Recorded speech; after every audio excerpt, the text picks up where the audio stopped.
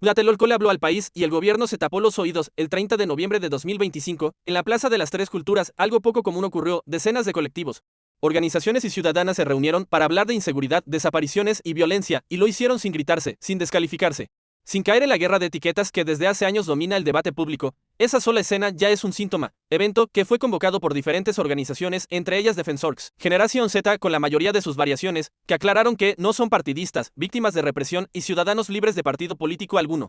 Así como algunos periodistas y activistas comprometidos legítimamente con la preocupación latente de México, la inseguridad, el diálogo respetuoso frente a un gobierno que ya no escucha, el centralismo que nunca se fue corrupción, el enemigo que se volvió paisaje, la selectividad como política pública, inseguridad, desapariciones y represión en aumento. México está cansado del miedo que paraliza, de las instituciones que no llegan, de la corrupción que nunca desaparece y del discurso oficial que se quedó sin credibilidad. El hartazgo no es nuevo, pero sí lo es su capacidad para unir jóvenes y personas adultas mayores, colectivos feministas y organizaciones vecinales, creyentes y no creyentes, comunidades indígenas, especialistas y familias de desaparecidos coincidieron en algo fundamental: la inseguridad atraviesa a todas las clases sociales y regiones, y ninguna narrativa oficial ha logrado ocultarlo. Ese cansancio compartido está generando una especie de unidad emocional y política que no pasa por partidos ni por ideologías, sino por una necesidad básica: sobrevivir. Los presupuestos públicos que crecen para propaganda, militarización y programas clientelares, pero se reducen para salud, educación y prevención, no hacen sino reforzar esa sensación de abandono. En ese vacío, la sociedad civil se está encontrando a sí misma.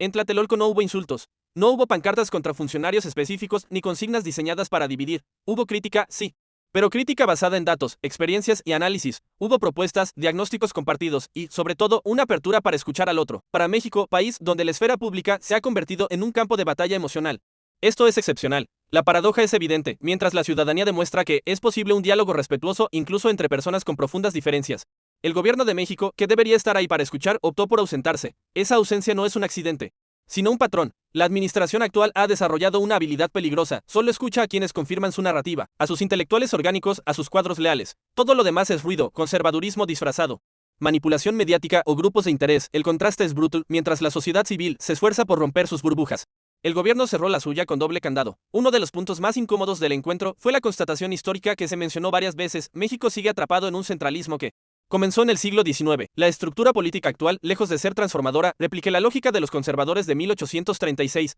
un poder federal que concentra decisiones, controla recursos y define unilateralmente las prioridades nacionales. La retórica de cambio no ha modificado la arquitectura del poder.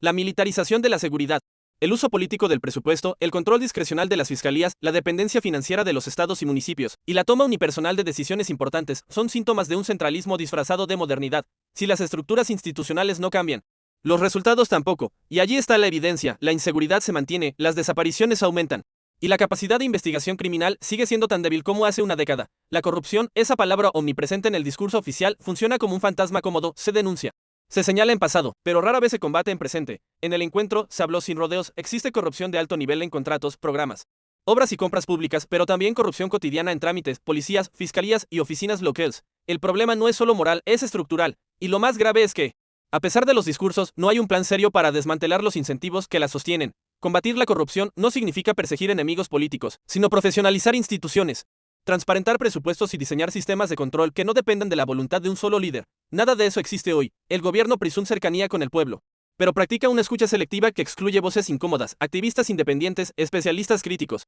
organizaciones de víctimas y académicos que no se alinean con la narrativa oficial. En su lugar, prioriza mesas cerradas con funcionarios afines, intelectuales leales y líderes de organizaciones financiadas con recursos públicos. Esa selectividad tiene un costo profundo: deslegitima el diálogo democrático y cierra las vías institucionales para la participación ciudadana, empujando a la gente a las calles, a los encuentros informales y a los espacios de resistencia civil. Los datos son contundentes: los homicidios no bajan significativamente, las desapariciones siguen creciendo, el reclutamiento forzado se expande y la represión de protestas aumenta. Casi ningún indicador de seguridad o justicia muestra una mejora sostenida. El Estado parece más dispuesto a administrar la crisis que a resolverla. ¿Qué hacer? Propuestas para una reconstrucción democrática. Conclusión: el país ya habló.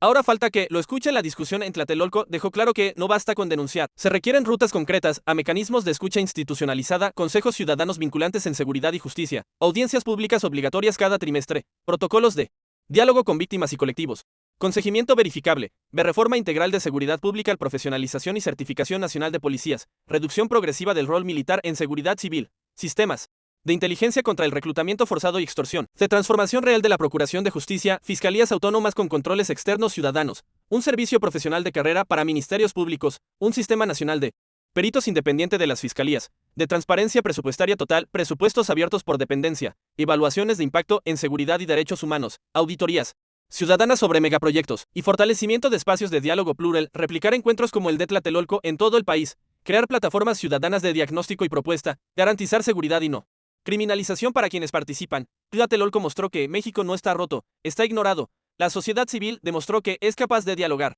de construir y de imaginar soluciones. El desafío ahora es que el gobierno deje de hablar solo con el espejo, porque si quienes gobiernan no aprenden a escuchar, la distancia entre Estado y ciudadanía seguirá creciendo y con ella la crisis de seguridad, justicia y legitimidad que hoy atraviesa al país. Todo lo dicho en el video representa únicamente una opinión personal.